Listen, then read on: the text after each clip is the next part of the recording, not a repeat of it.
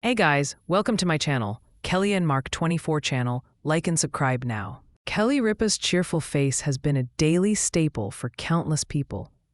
For more than 2 decades, audiences tuned in not just for celebrity news or cooking segments, but for her charm, humor, and the feeling of normalcy she projected into homes. For many of us, she wove herself into the routine of daily life, a friend with your morning coffee, a reassuring voice to start the day. Yet even the brightest smiles can dim. And when she revealed Mark's battle, the country saw that behind the humor was a woman bearing an unseen burden.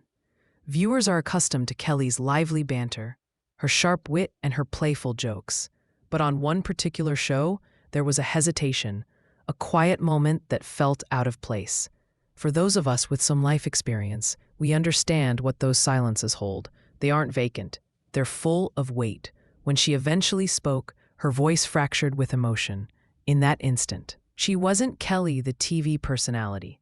She was Kelly, the wife, the life partner, a woman scared of losing the person closest to her. The ICU, only 3 letters, but for anyone who has been through those doors, they signify an immense burden. Monitors beep rhythmically. Time moves agonizingly slow, and love turns into an exercise in patience. Kelly depicted Mark in that unit, powerful one moment and vulnerable the next. She recalled grasping his hand, at times speaking to him, at other times simply attuning to the cadence of his breath. For her, each beep and whir was either a hope fulfilled or a hope yet to be.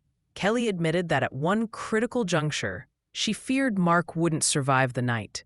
The machine's pace slowed. The physicians conferred in hushed tones, and for several harrowing moments, she braced for the worst. She remembered murmuring words of affection, assuring him it was okay to rest if he was too exhausted to continue. Many of you listening understand that moment, when love shifts from holding on to letting go. But then, at the very moment she believed he was gone, Kelly felt Mark's fingers tighten around hers, faint, shaky, but intentional. It was a small gesture, but it meant everything. It was enough to signal he wasn't prepared to quit. Enough to show her he was still present, battling with her. That single touch became her lifeline, the thing she held on to through every challenge that came after. The path to recovery is never direct. There were complications, infections, long nights without sleep, and treatments that were effective one day and useless the next. Yet there were also minor triumphs, a deeper breath, a more regular heartbeat, a laugh that escaped despite the medical equipment and discomfort. Kelly noted that these small, nearly imperceptible wins are what sustain family through the ordeal.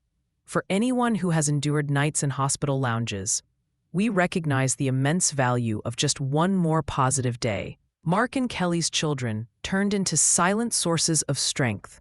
They sat at their father's bedside, recounting stories and sharing lighthearted jokes to coax a smile from him. Kelly explained how her kids, previously protected from grown-up worries, abruptly took on caregiving roles. For the parents and grandparents watching, you understand the mix of pride and sorrow that comes with seeing your children assume responsibilities you hoped they would never have to. One evening, physicians hurried into the room as alarms sounded and nurses converged on Mark's bed. Kelly remembered how time felt like it stood still. The terror was visceral, deep in her core. But then, as suddenly as the crisis started, the medical team got him stable. She expressed her immense gratitude for the hospital staff, referring to them as angels in scrubs. For many of us, this recalls memories of the medical professionals who became heroes in our own lives, saving our loved ones with skilled and caring hands. Kelly talked about Mark's internal resolve, how even when he was weak, his will to fight remained. He made jokes when he had the strength, bantered with the nurses just enough to reveal his old self, and held tightly to his family. She shared that while his body was in a hospital bed, his spirit never surrendered.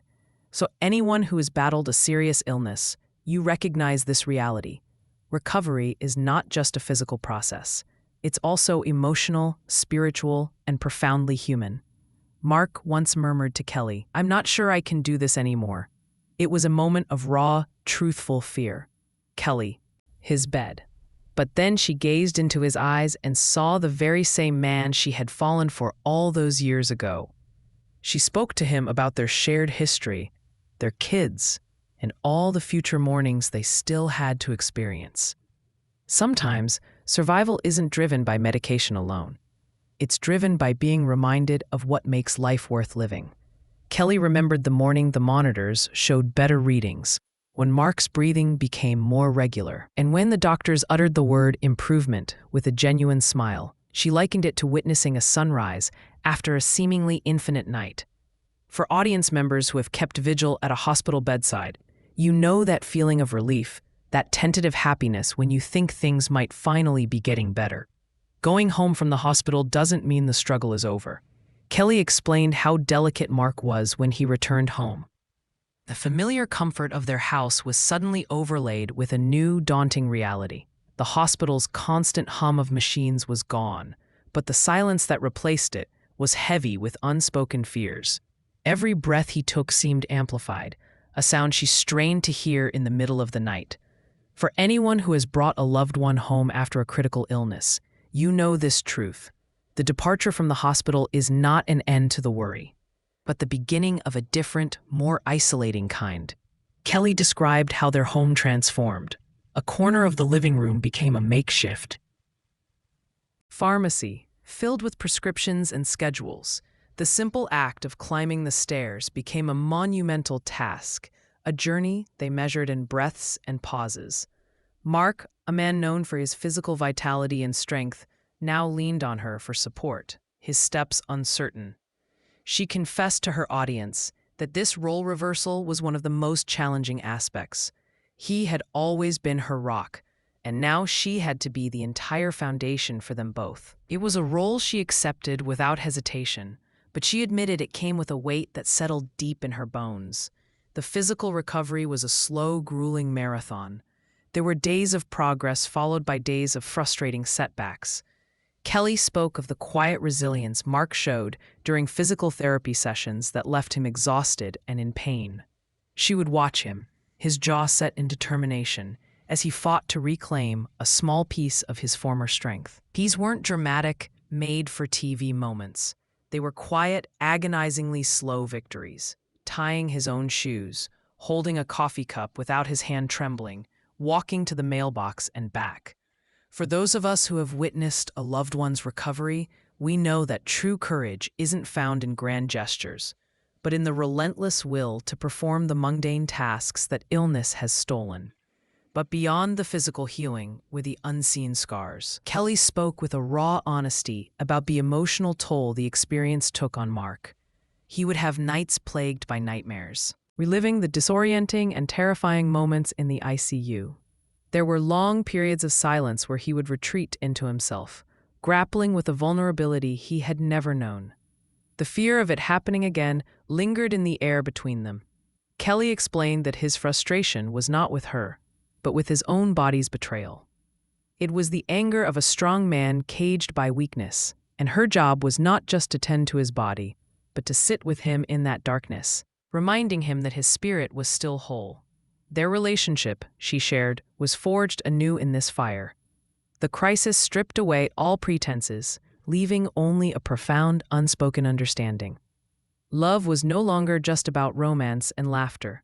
It was about holding a glass of water to his lips, staying awake to make sure he was still breathing, and finding the strength to smile for him when she was crumbling inside. She recalled one afternoon, sitting on the porch, when Mark quietly took her hand. He didn't say much, just "thank you for not giving up on me." In that simple sentence, she heard everything, his fear, his gratitude, and the depth of their shared journey. For any couple that has weathered a true storm, you know that your love story is rewritten, not in the sunny days, but in the moments you navigate the darkness together. The children, who had been such pillars of strength in the hospital, had to adjust to a new dynamic at home. They saw their father's daily struggle up close,